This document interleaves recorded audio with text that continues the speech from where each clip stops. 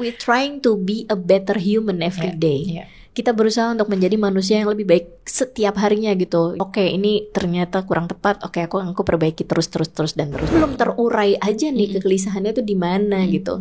Jadi ketika ketemu sama teman-teman iklim ini, kami terus terang aku pribadi gitu excited karena jadi ada rasa punya teman gitu. Yang sama-sama musisi, punya kegelisahan yang sama, dan ayo kita urai bareng-bareng yuk. Ini kita sebenarnya bisa bicara apa, dan kegelisahanku kenapa ya kok sampai membuncah gini nih. Bagian akhir lagu aku banyak minta maaf pada future generation, Mother Earth gitu. Jadi semua perasaan itu tuh keluar di lagu itu.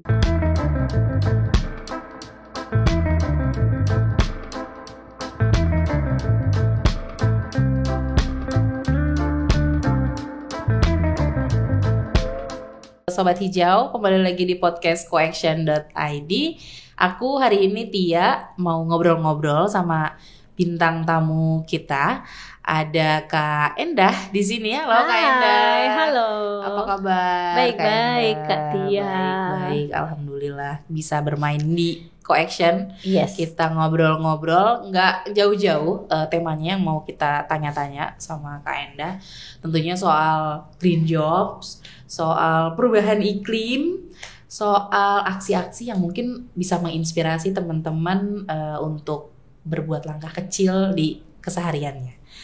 Kak Endah, yes. Gimana? Masih pilek-pilek? Wah iya, jadi ini memang kayaknya dalam setahun ini aku sudah 3 kali ya kena batuk yang gak henti-henti dan gak sembuh-sembuh ini. Agak-agak lumayan lebih sering daripada tahun-tahun sebelumnya. Aku gak tahu kenapa, mungkin bisa banyak faktor.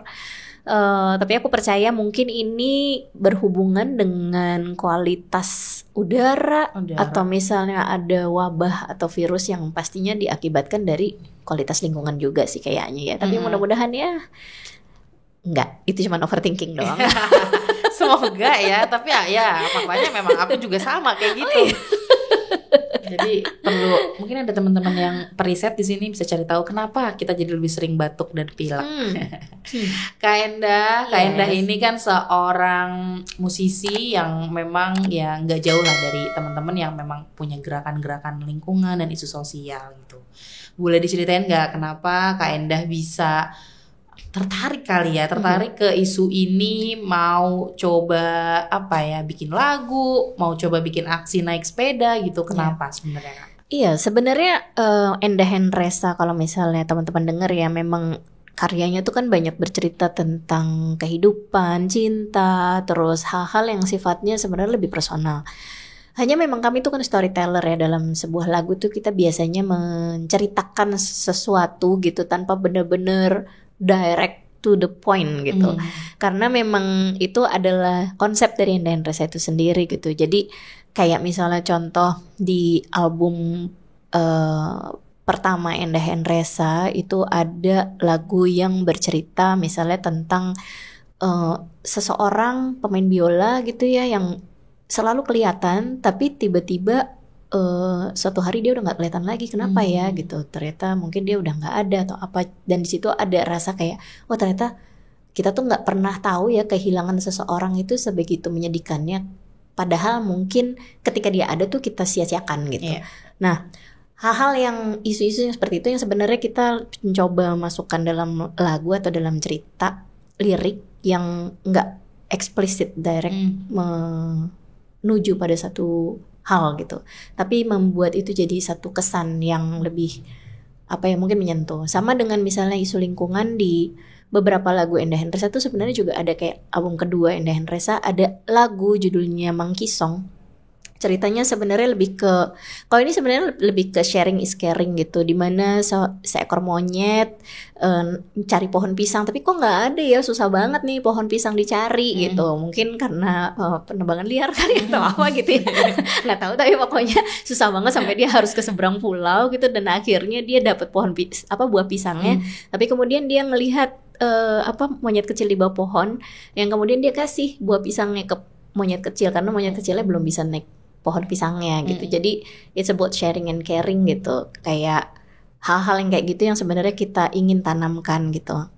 Kenapa demikian? Karena mungkin kita Enda Henresa secara konsep memang sifatnya storytelling, tapi aku sendiri sebenarnya sudah bersentuhan dengan hal-hal seperti ini tuh cukup lama sebenarnya. Kayak misalnya dari kakakku, memang dia dulunya adalah aktivis lingkungan gitu, yang sekarang kemudian lebih banyak bekerja sebagai periset untuk hukum lingkungan. Terus kemudian ayahku juga dia banyak bergelut di bidang health and safety, dan juga misalnya kayak di AMDAL gitu. Jadi banyak, jadi dari kecil kayak ibaratnya sesi meja makan dulu kan nggak ada gadget ya. Jadi kalau misalnya makan malam tuh ya udah semua ngumpul dan saling cerita gitu. Jadi nggak ada yang update gitu, nggak ada. Jadi kayak udah ngapain, ya udah si bapak misalnya cerita, wah ini ada perusahaan yang mau ABC tapi ini nggak bisa, ini AMDAL. Ini dari kecil tuh kayak ini apa, tapi mencoba mengerti dan catch up with the conversation gitu, dan kemudian mungkin itu membekas sampai sekarang. Dan misalnya kakakku, ini aku lagi belajar kompos ya, kan dulu kan nggak ada YouTube dan segala macam ya. Jadi diajarin di sekolahan, terus aku ngeliat gitu cara dia bikin kompos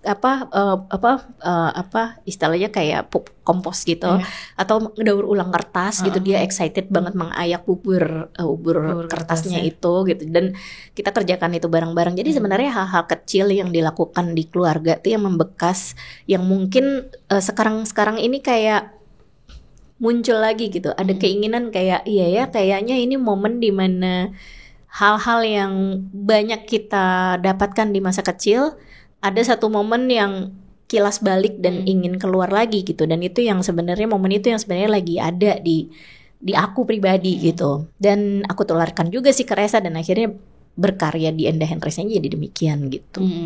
Jadi memang ya secara tidak sadar dibentuk dari keluarga dengan ya istilah-istilah apa ya tadi AMDAL lah, kompos lah, itu kompos yang gitu apa sih gitu kan, daur ulang gitu kayak terus lubang ozon itu dari tahun, aku ingat banget ya, udah lama banget ya. Udah lama banget. Jadi kayak bener-bener.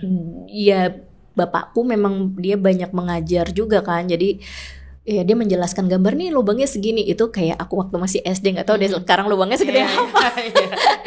Dan kemarin aku pulang ke Jogja ketemu bapakku dan kita bercerita, pas sekarang lubangnya udah makin besar ya gitu, kayak kita saling bercerita aja. Karena aku juga baru main di sebuah event yang memang campaign mengenai satu teknologi dan mungkin acara ramah lingkungan gitu. Jadi kita saling bercerita mengenai itu gitu. Jadi bapak juga akhirnya relate juga lah ya apa yang anaknya lakuin walaupun menjadi musisi gitu. Iya. Dia sangat relate dan dia sangat care juga gitu. Karena memang menurut aku ketika memang kita menyadari ada ilmu di situ gitu ya, kayaknya kalau ayah, tipikal dari ayah dan kakakku itu mencoba menerapkannya dalam kehidupan sehari-hari gitu. Jadi ya itu yang dilakukan gitu. Nah tadi dirimu kan itu kan adalah aktivitas yang secara individu ya lakukan, dan akhirnya ngajak suami nih untuk ibaratnya menularkan virus-virus kebaikan ini gitu, betul. Kan ngajak suami. Dan kenapa sekarang malah ikut inisiatif iklim yang mungkin jadinya lebih banyak ya, sekarang ada berapa? 15 sampai 30 lebih orang gitu. Kenapa tuh dijebak Robi? Di Robi bukan aku yang ngomong. Sebenarnya kalau mengenai gerakan iklim ini kan memang bukan hal yang mudah ya. Kayak itu isunya juga gede banget gitu. Kayak kita mau mulai dari mana, terus topiknya yang mana, terus kita mau ngomong apaan, itu kayak wah besar sekali. Dan kita tuh kembali lagi, kita kan musisi ya, kayak apa yang expert di kita dalam membuat musik gitu. Tapi ternyata ketika Robi ngajak dan ibaratnya kita ketemu sama teman-teman yang kita tuh punya loh kegelisahan yang sama, hanya belum terurai aja nih kegelisahannya tuh di mana gitu.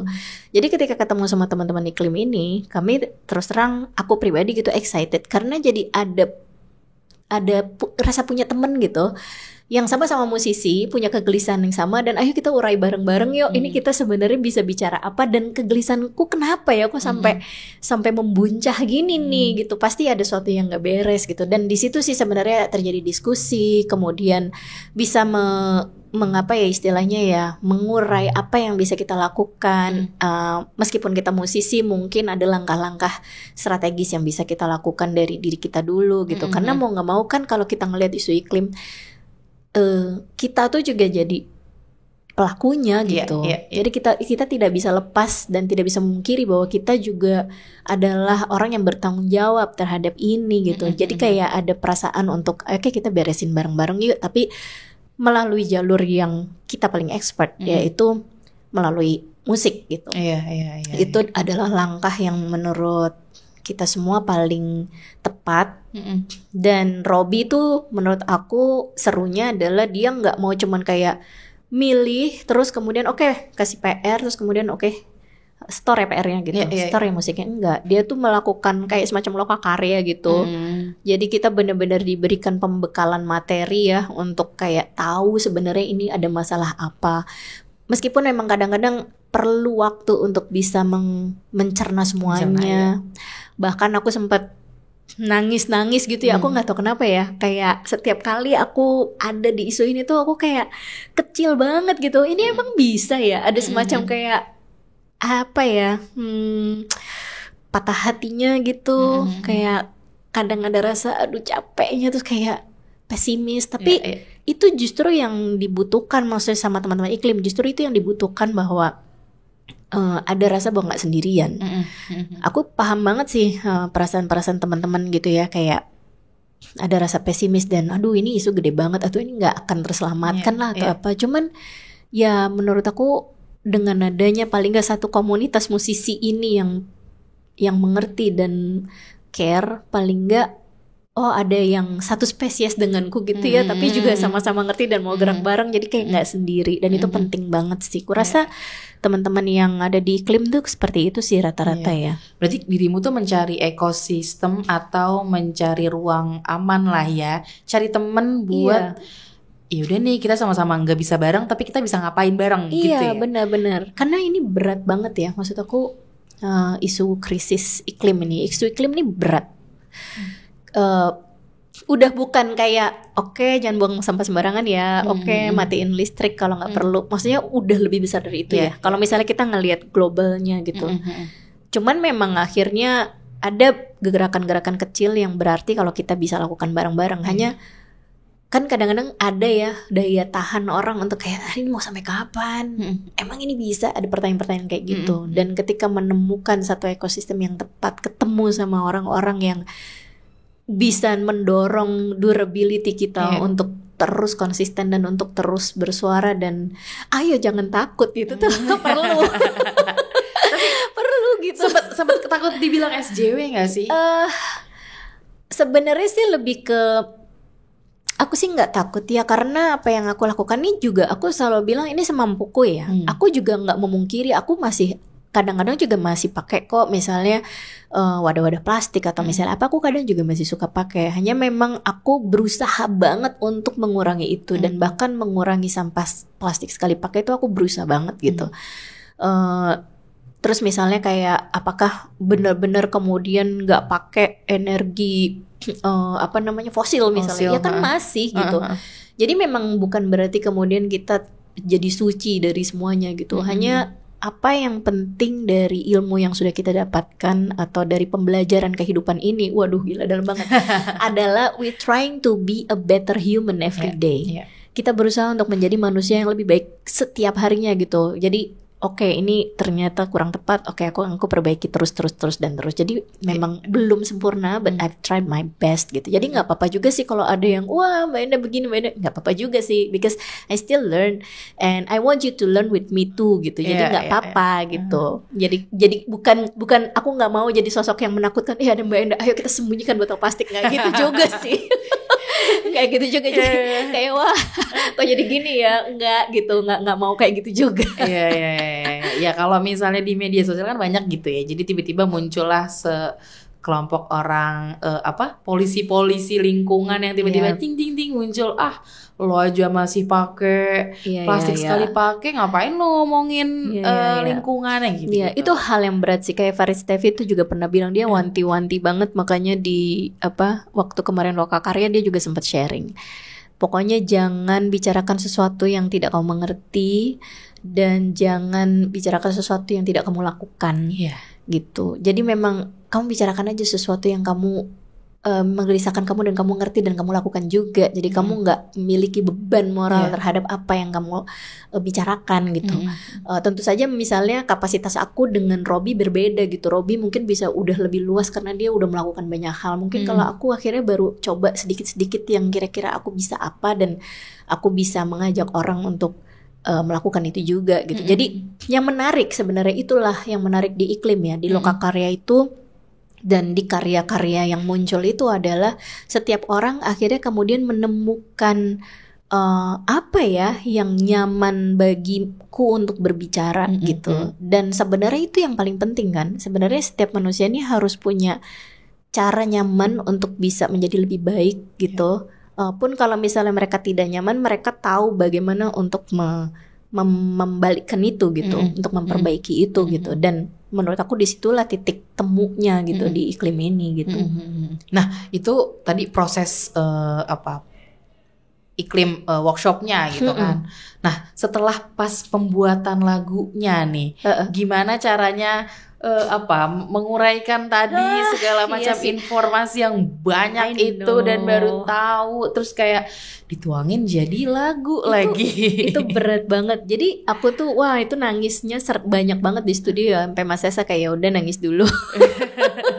Kayak dari bikin lirik sampai take rekaman vokalnya tuh nangis terus kan. Jadi sampai Mas Cesar tuh nanya, kenapa? Kamu mau nyampein apa? Kenapa kamu nangis gitu? Apa yang bikin kamu sulit bikin lirik ini? Aku bilang, aku sebenarnya merasa bersalah gitu. Semakin aku banyak tahu bagaimana kondisi planet ini gitu, aku semakin merasa bersalah. Oke, apa? Kamu pengen minta maaf sama siapa? Aku pengen minta maaf sama bumi ini gini. Dan kenapa? Karena aku ngerasa nggak sanggup bisa melindungi planet ini sendirian gitu. Oke, terus apa lagi gitu? Aku juga pengen minta maaf sama generasi setelah aku, misalnya kayak ponakanku gitu, atau misalnya nanti gitu, karena aku nggak bisa, aku belum bisa gitu untuk misalnya mungkin mempertahankan bumi yang lebih baik ini gitu. Aku takut lebih gitu. Akhirnya ya udah, makanya di lirik lagu akhirnya kami bikin lagu yang juga terinspirasi sama sebuah film Lorax, The Lorax. Jadi bagaimana ketika suatu hari bumi itu udah nggak ada lagi pohon. Dan semuanya tuh adalah pohon plastik. Mungkin kalau kata Mbak Nova Ruth, nggak usah jauh-jauh, dah di Malang aja udah ada itu, di alun-alun dipasangin gitu kan. Oh iya ya gitu. Sebenarnya itu sudah terjadi gitu ya kalau kita lihat ya. Tapi bagaimana ketika semuanya sudah nggak ada, dan di film itu juga sangat menarik hati gitu untuk melihatnya, karena untuk oksigen aja udah kayak kalau kita beli minuman galonan itu ya, jadi kayak oksigen aja kita juga harus beli seperti itu gitu, dan itu mungkin aja loh terjadi gitu, bisa jadi gitu. Dan akhirnya kita membayangkan sebuah dunia yang seperti itu, kita bikin lagunya, kembali lagi storytelling ala Enda Henresa gitu ya. Kita menceritakan kondisinya dalam lirik lagu itu. Terus bayangkan kalau misalnya semua pohon yang kita lihat, plastic trees all I see standing tall in misery when the dark clouds color the ocean and the ocean shrink. Jadi bahkan lautan mengering gitu. Terus kemudian ada dark clouds itu tuh sebenarnya polusi ya, awan yang penuh dengan polutan gitu. Terus kemudian udah bagaimana kemudian di bagian akhir lagu aku banyak minta maaf pada future generation, Mother Earth gitu. Jadi semua perasaan itu tuh keluar di lagu itu gitu. Itu yang bikin aku kayak nggak tahan ketika rekaman, nggak tahan ketika bikin lirik, kayak nangis terus. Sampai yang paling berat sebenarnya adalah proses take rekaman vokalnya, karena bindeng-bindeng gini, nangis-nangis. Ya itu ya menurut aku akhirnya cukup menguras energi dan emosi ya gitu, karena memang sebegitunya kondisi planet kita sekarang gitu. Iya. Tapi menarik, maksudnya Mbak Enda tuh sampai ya menyentuh ke hati lah ya. Tapi mungkin ya memang Mbak Enda seperti itu ya, tipikalnya yang Iya, perasa banget. Tapi kan ini ya esensi kalau aku dan Mas Reza ya, ketika kita menciptakan lagu sepenuh hati dan ketika kita memberikan segalanya untuk lagu ini, berarti ini anak kami lah gitu ya. Kan kita belajar juga dari lagu itu ya. Ketika kita menyanyikan lagu itu, kita ingat lagi, oh iya gitu. Kita nyanyikan lagu ini, kita ingat lagi. Jadi berkah dari seorang seniman adalah karya itu tuh tidak pernah berhenti berbicara pada kita gitu selama-lamanya. Dia jadi kayak pengingat, entah pengingat pada saat awal mula kita bikin, entah pengingat ketika kita tiba-tiba lupa gitu, atau dia berbicara dengan begitu nyaring gitu ya, ketika misalnya sampai sekarang gitu. Jadi memang keberuntungan bagi seorang seniman adalah kita memiliki karya yang tak henti-henti untuk menampar dan bercerita pada kita juga gitu. Iya, sebagai mengingat diri sendiri juga sebenarnya ya, selain untuk orang lain gitu. Nah, gimana Kak respon dari mungkin kalau penggemarnya Enda Hendresa udah biasa ya dengar lagu soal lingkungan, atau mungkin ada respon yang paling menarik yang diingat dari lagu Plastic Tree ini? Sebenarnya mungkin banyak justru malah tanggapan dari orang asing ya, yang menarik mungkin karena bahasa Inggris gitu. Bahasa Inggris. Terus juga yang menarik adalah waktu itu ada satu musisi dari Amerika gitu, dia adalah musisi soundscape yang mendengarkan lagu itu dan dia merasa bahwa tersentuh mendengar lagu itu dan kayak aku nggak ingin ini terjadi gitu. Jadi itu cukup mengesankan gitu bahwa kemudian pesan itu bisa sampai ke orang-orang yang punya frekuensi sama gitu dengan pada saat aku membuatnya gitu. Selain Plastic Tree ada satu lagi kan ya yang bareng sama ada sama itu juga menarik sih. Apa? Segara Gunung. Iya. Segara Gunung itu juga menarik. Robby itu memang luar biasa ya. Idenya dia nggak ada habis-habisnya gitu. Jadi sebenarnya dia sudah punya skema mengenai lagu ini dan liriknya bercerita tentang apa. Tapi kita tuh memang bikinnya tuh jauh-jauhan. Jadi dia di Bali dan waktu itu dia lagi ada kerja tugas di Kupang dan aku di Pamulang sama Mas Reza. Jadi dia cuma ngirim bagiannya dia aja yang dia nyanyikan. Jadi Segara Gunung tuh ceritanya tentang gunung dan laut. Jadi kalau Robby adalah gunung, aku adalah lautnya. Jadi dia cerita ini nih esensinya adalah bagaimana kehidupan itu sebenarnya mengalir itu dari hulu sampai hilir. Dan gunung dan laut itu kayak jadi dua elemen komponen utama dalam sebuah kehidupan itu gitu. Apalagi kita kan juga di negara tropis ya. Maksudnya di negara vulkanik gitu yang banyak gunung. Jadi anggapannya adalah dari gunung air membawa semua kehidupannya sampai laut gitu. Nah, jadi ini kayak surat cinta antara gunung ke laut dan laut ke gunung. Dan di situ aku langsung kayak wah, terinspirasi banget dengan apa sih ibaratnya imajinasinya Robby gitu, metafornya indah banget. Dan aku cuman merespon lirik yang dia kasih. Kan dia mendeskripsikan gunung sebagai gunung yang tinggi, kuat dan lebih kemarah karena ada lavanya apa segala macam, sedangkan aku mendeskripsikan di bawah gitu, tenang, kalem, terus kemudian bagaimana kita sebenarnya bisa berpadu untuk menciptakan kehidupan yang lebih baik dan tidak bisa terlepas satu sama yang lain. Jadi sebenarnya gambaran tuh kayak gitu sih Segara Gunung ini. Dan memang yang menarik adalah si Robby ngasih kidung mantra Bali kuno gitu. Yang isinya mantranya adalah bercerita memanggil semacam leluhur gitu ya, arwah-arwah atau leluhur yang memang tugasnya untuk kayak saling menjaga lingkungan dan segala macam. Jadi kayak wah magis banget. Dan itu digarap sebenarnya kalau dihitung-hitung cepet banget ya. Cuman dalam waktu mungkin 3 hari kalau misalnya bisa rekaman. Kalau misalnya dirangkum itu sebenarnya kayaknya ini 3 hari nih. Kalau dirangkum ya, kalau dia nggak pakai keluar kota dan nggak pakai embel-embel macam-macam tuh sebenarnya total cuma 3 hari itu kerjainnya. Bener-bener proyek Roro Jonggrang ya. Tapi berarti musik itu dari tadi kidung itu kan zaman kapan ya? Iya. Itu zaman kapan tahu sampai sekarang zamannya Enda Hendresa ini adalah sebuah sebuah platform atau medium untuk kita menyampaikan Salah satunya isu perubahan iklim atau menjaga lingkungan. Menjaga lingkungan pasti sih, karena kan kalau misalnya kita lihat kidung-kidung kan tidak lepas dari misalnya ritual ya, atau misalnya kayak banyak sekali sebenarnya ritual-ritual tradisi yang sebenarnya mereka itu mungkin orang-orang mengsalahartikan, tapi sebenarnya itu tuh punya makna yang sangat kuat banget, keterikatan antara manusia dengan alamnya. Contoh, saya belajar dari Farid Stefi ketika dia bersama teman-temannya di Gunung Kidul gitu ya. Ketika ada aksi menanam pohon atau misalnya mau ada aksi apapun itu ya, itu kan ada upacara di mana semua orang kemudian berdoa di bawah pohon dan menyematkan, membakar dupa dan segala macam. Itu kan sebenarnya tradisi ya. Dan sebenarnya kalau kita lihat esensinya adalah sebegitu kuatnya hubungan antara manusia dengan alamnya dan mensakralkan pohon, dalam arti bukan mensakralkan ya, tapi bukan mensakralkan dalam arti gimana-gimana, tapi sebenarnya itu adalah simbol. Kalau misalnya kita lihat pohon itu memang ibaratnya ibu dari semua banyak spesies yang ada di situ, ribuan yang ada di situ kan, yang hidup di situ. Jadi sebegitu agungnya sebenarnya, sehingga kemudian lahirlah atau orang-orang ini kemudian memberikan penghormatan gitu. Dan sebenarnya kalau tradisi semacam itu ibaratnya kita bisa melihat esensinya dengan lebih luas gitu ya, dengan gambaran berview yang clear.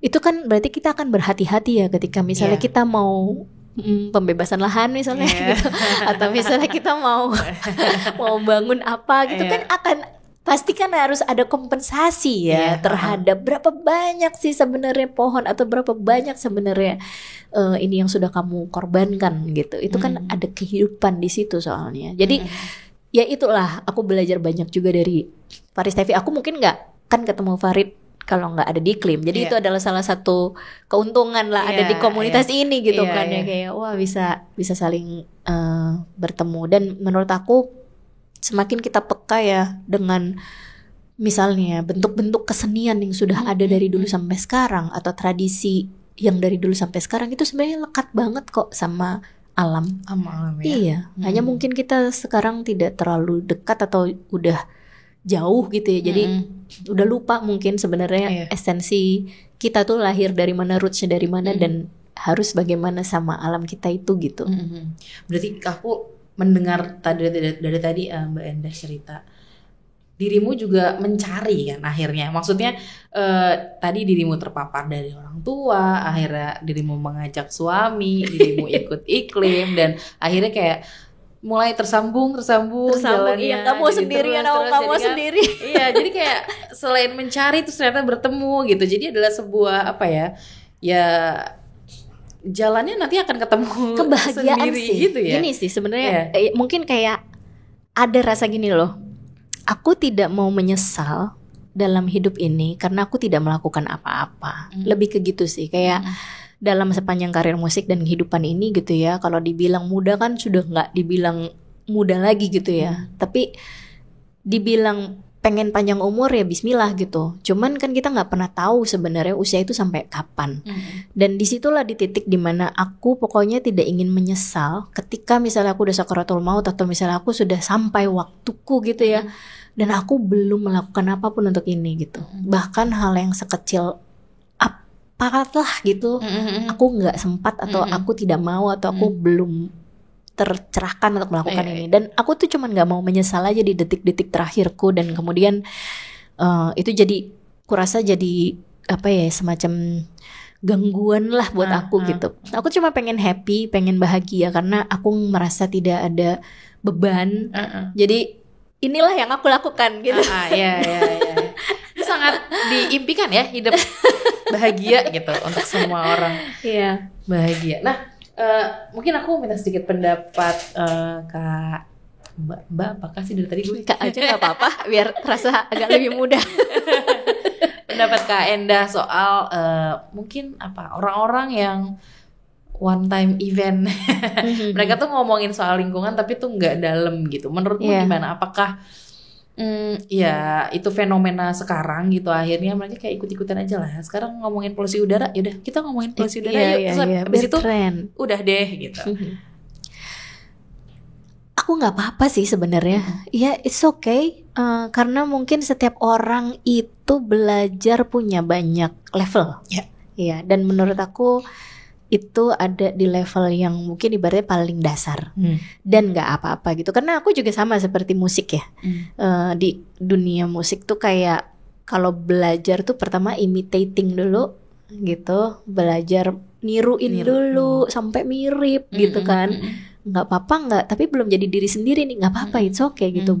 Ngulik aja dulu kita sampai mirip gitu, belajar tekniknya apa segala macam. Nanti kemudian di level atasnya adalah udah mulai create gitu, tapi mungkin belum sampai innovate gitu. Jadi kayak level ini sebenarnya yang juga perlu disadari dalam sebuah pembelajaran, bahwa mungkin teman-teman yang memang baru bisa bicara mengenai isu krisis iklim atau misalnya lingkungan ini baru permukaannya aja. Ada beberapa dari mereka bahkan belum walk the talk gitu ya. Buat aku it's okay. Layer pemahaman mereka tuh masih di dasar. Cuman diharapkan adalah mungkin tahun depan akan bertambah lagi. Mungkin tahun depan akan bertambah lagi atau ya. Dan itu adalah kewajiban teman-teman yang sudah memiliki ilmu yang lebih tinggi ini untuk menurunkan itu dengan segenap cara. Dan memang akan lebih sulit, tapi ya itulah yang dilakukan sama Robby dan kawan-kawan kan. Dia sudah punya pemahaman yang lebih gila gitu. Lalu gimana ya dia bisa menjangkau teman-teman musisi yang mungkin masih kayak aku gitu ya. Aku bicara isu iklim tuh emang aku tahu apa gitu ya. Tapi dia berusaha untuk mendatangkan, bikin lokakarya apa segala macam, sehingga oh ya pelan-pelan kita melakukan ini. Terus apa yang bisa aku lakukan kemudian? Apakah ini cuma buat aku sendiri? Oh enggak, aku coba menerapkannya di manajemenku gitu misalnya. Kita mencoba untuk kita coba yuk riders band ini, kita coba ganti yang biasanya mungkin pakai botol kemasan plastik, kita ganti galon aja yuk. Sama minta panitia siapin gelas kaca, sama kopinya seduh sendiri aja. Orang kita juga kadang-kadang cuma minum sekali 2 kali gitu. Jadi nggak usah siapin yang sasetan kan, robek buang kan sayang.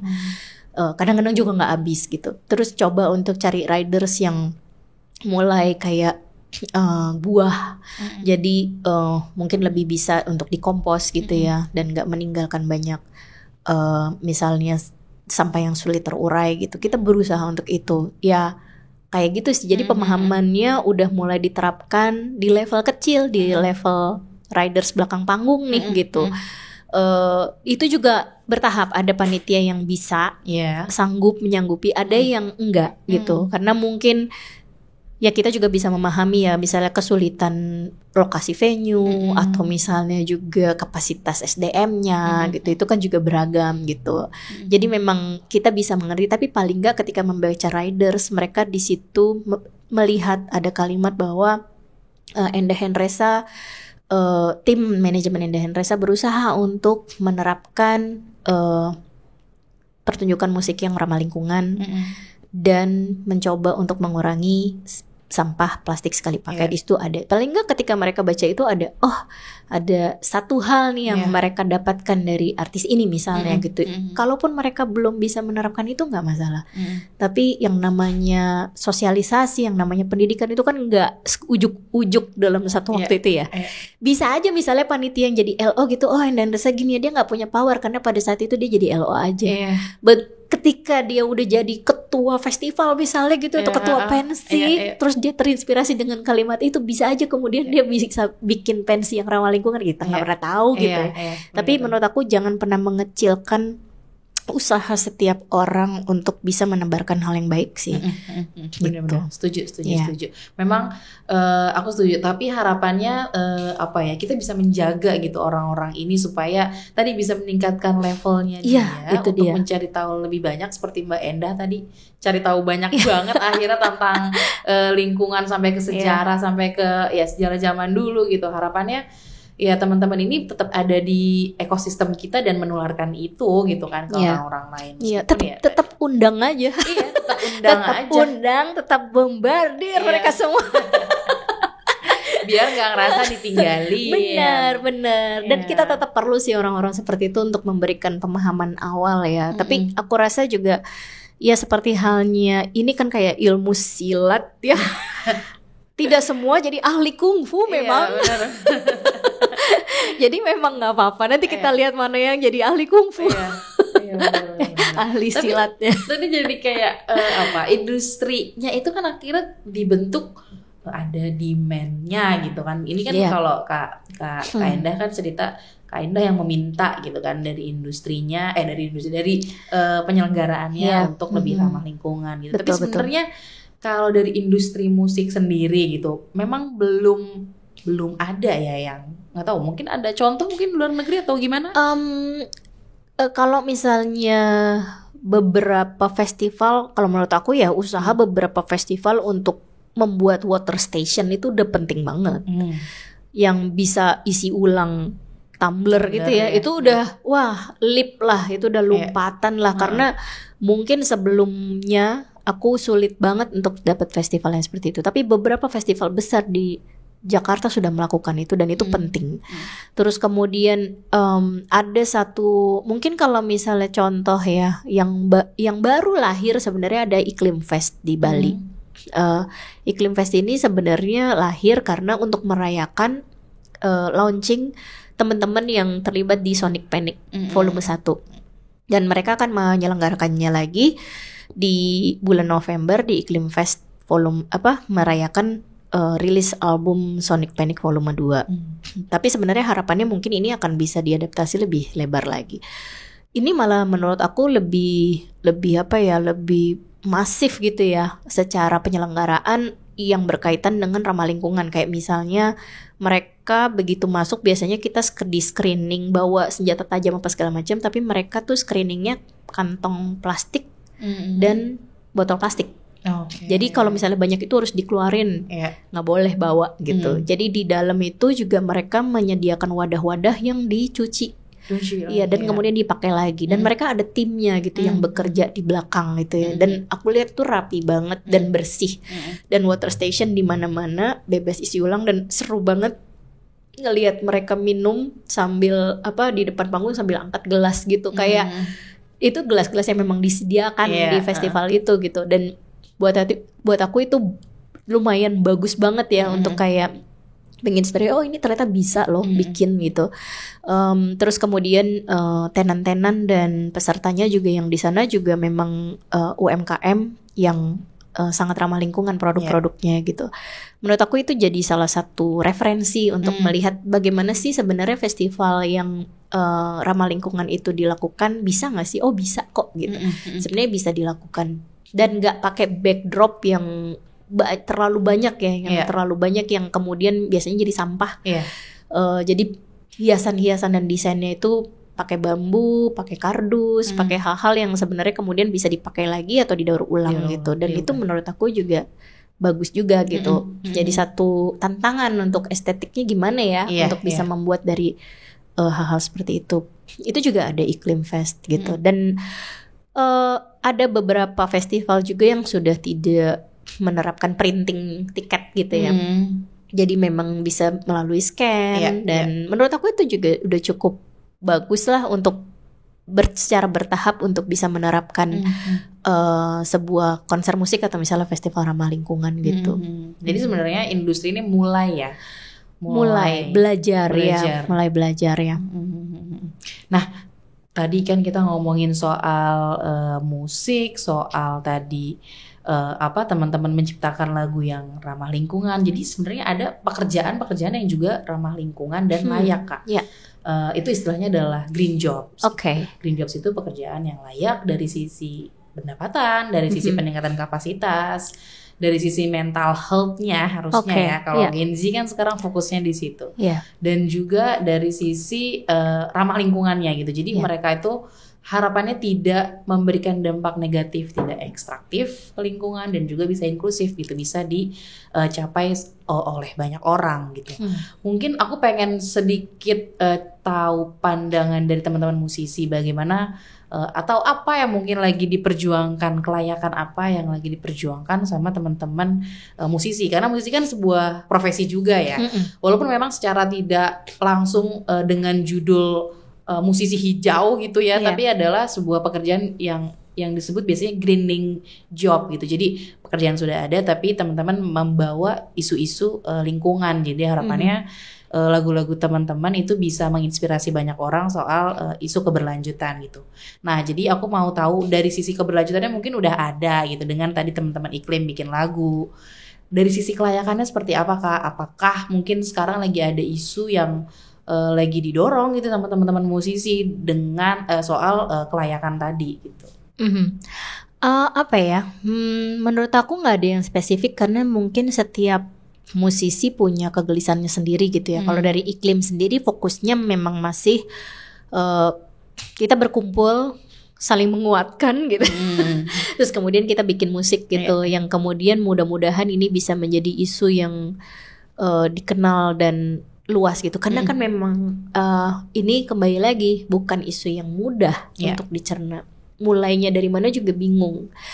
Tapi dengan adanya lagu-lagu ini justru malah bisa memantik ibaratnya pendengarnya untuk kayak melakukan sesuatu. Misalnya mendengarkan lagu Segara Gunung, jadi pengen bersihin sampah di pantai. Misalnya kayak gitu. Terus kayak misalnya dengar lagu Plastic Tree, jadi kayak mencoba untuk memilah sampah dan kemudian mungkin mengurangi penggunaan sampah plastik sekali pakai gitu. Jadi sebenarnya yang didorong adalah kita justru malah lagi ingin membuat bagaimana musisi-musisi ini nyaman ketika mereka membicarakan ini juga gitu. Karena sekali lagi bukan isu yang mudah, bukan hal yang remeh juga gitu, tapi juga penting untuk dibicarakan. Jadi membuat satu ruang yang nyaman bagi musisi bertukar pikiran, kemudian bisa mengeluarkan karya yang menggugah, itu sebenarnya hal yang lagi kita dorong gitu. Aku nggak bisa bilang kita ya, karena memang ini sebenarnya kayak kalau aku pribadi sih aku merasakannya begitu gitu. Karena buat aku Iklim ini sangat membantu untuk bisa menjadi wadah aku yang aku punya kegelisahan ini dan aku bisa ngeluarin di sini nih. Ini ada momen buat aku untuk ngomong gitu. Karena gak bisa juga ujuk-ujuk misalnya kayak yang tadinya banyak bicara cinta atau banyak bicara tentang apa terus tiba-tiba masuk satu ngobrol, ini apa ya gitu kan ya. Nah, jadi memang sebenarnya itu yang sedang berusaha untuk kayak mungkin sepertinya wadah ini baik gitu untuk semua musisi kemudian bisa nyaman bercerita dan bisa nyaman untuk memproduksi sebuah karya yang bicara tentang ini gitu. Kalau dari sisi kelayakan gimana tuh Kak? Menjadi musisi apakah layak? Ini layak dalam arti apa? Layak dalam arti mungkin ya, aku nggak tahu, mungkin ada undang-undang yang lagi undang-undang ya, menarik macam-macam sekali sih gitu yang mungkin bisa dikasih tahu sama teman-teman. Aku nggak tahu ini berkaitan sama green job atau enggak, tapi yang jelas sepertinya kalau ada isu lain yang sebenarnya juga aku dan teman-teman sedang galakan adalah isu mengenai royalti sih sebenarnya. Bahwa sebenarnya mungkin sudah perlu ada pembaruan mengenai kebijakan yang misalnya mengatur mengenai penghimpunan, pendistribusian dan juga pendataan yang berkaitan sama bagaimana pencipta-pencipta lagu atau musisi ini bisa mendapatkan royalti yang layak. Karena ini masih jadi isu yang masih cukup panjang sih kayaknya untuk bisa dibenahi gitu. Itu baru didorong atau memang sebenarnya udah lama? Sebenarnya sudah ada tapi sepertinya perlu pembaruan misalnya contoh karena mungkin undang-undang hak cipta masih belum ada yang bicara mengenai digitalisasi gitu. Jadi memang harus banyak pembenahan di situ juga. Terus juga sistem penghimpunan dan pendistribusiannya mungkin belum transparan berkaitan dengan misalnya either aku juga nggak tahu terhambatnya sebenarnya di mana, apakah di kebijakannya atau di pelaksanaannya. Nah kayak gitu-gitu sih. Jadi memang lagi berusaha untuk itu juga gitu. Karena kalau misalnya musisi atau pencipta lagunya bisa mendapat kehidupan yang layak dari royalti yang mereka ciptakan gitu ya. Dari lagu yang mereka ciptakan mendapatkan royalti, kurasa juga mereka akan terus berkesenian dan berkesenian yang seperti apa yang menginspirasi, yang kemudian akan lahir tuh navikula baru, akan lahir tuh Endendresa baru dan segala macam yang tidak lelah berkarya. Karena apa? Karena mereka sudah mendapatkan penghasilan selayaknya. Iya, gitu. iya, setuju. Jadi mungkin konteksnya teman-teman ini kali ya, sekarang kan digitalisasi luar biasa ya. Jadi mungkin banyak penyebar luasan lagu-lagu dari teman-teman musisi, tapi ya dari sisi royaltinya nggak ada bisa dibilang mungkin masih belum setransparan itu, atau bisa belum punya standar itu gitu. Karena mungkin memang masih perlu ada kajian kebijakan mengenai itu juga. Iya.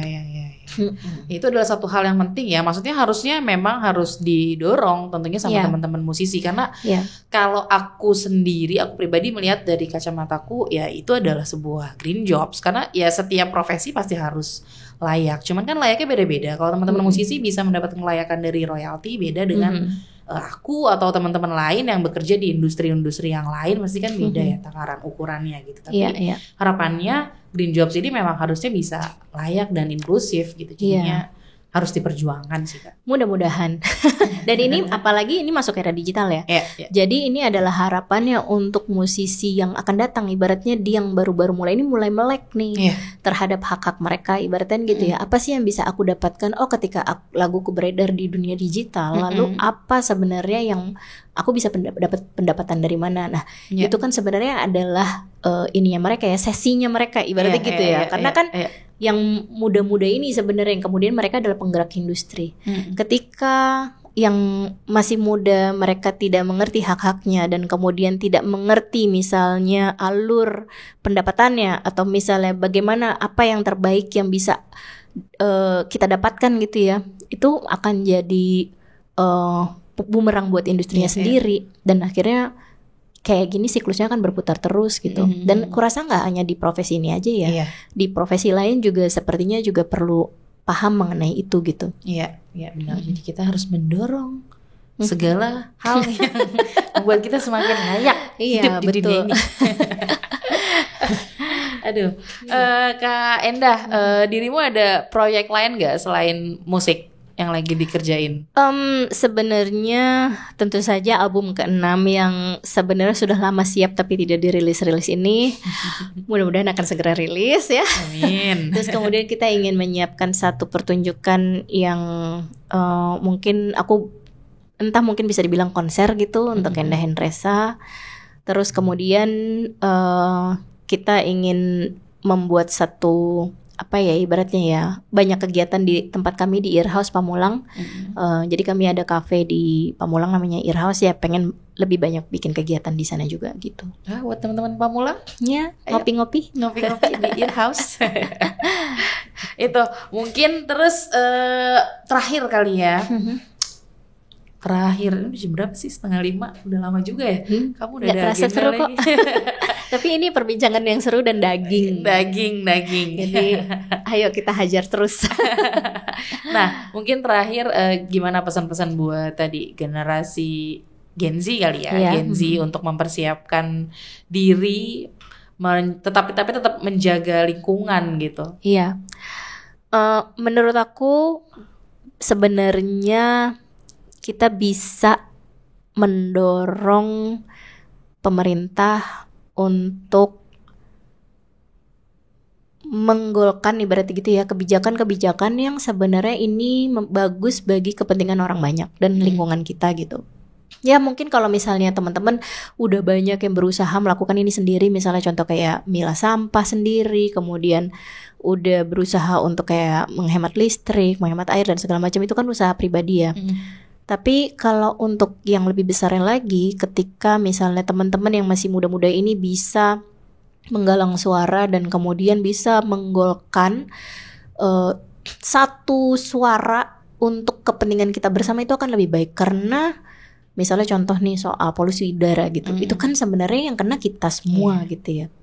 Ya apalagi generasi muda ini kan usianya kan lebih lama daripada misalnya orang-orang yang udah lebih tua yang mungkin ya udahlah paling berapa lama lagi ya lifetime hidup kita gitu. Tapi kalau misalnya kalian tidak berjuang untuk itu, maka seumur hidup kalian akan menderita itu gitu. Jadi justru malah harus bisa berpikir yang apa yang long last, yang bisa kita dorong pemerintah untuk kebaikan kita bersama dan generasi kalian gitu, untuk masih yang muda-muda gitu.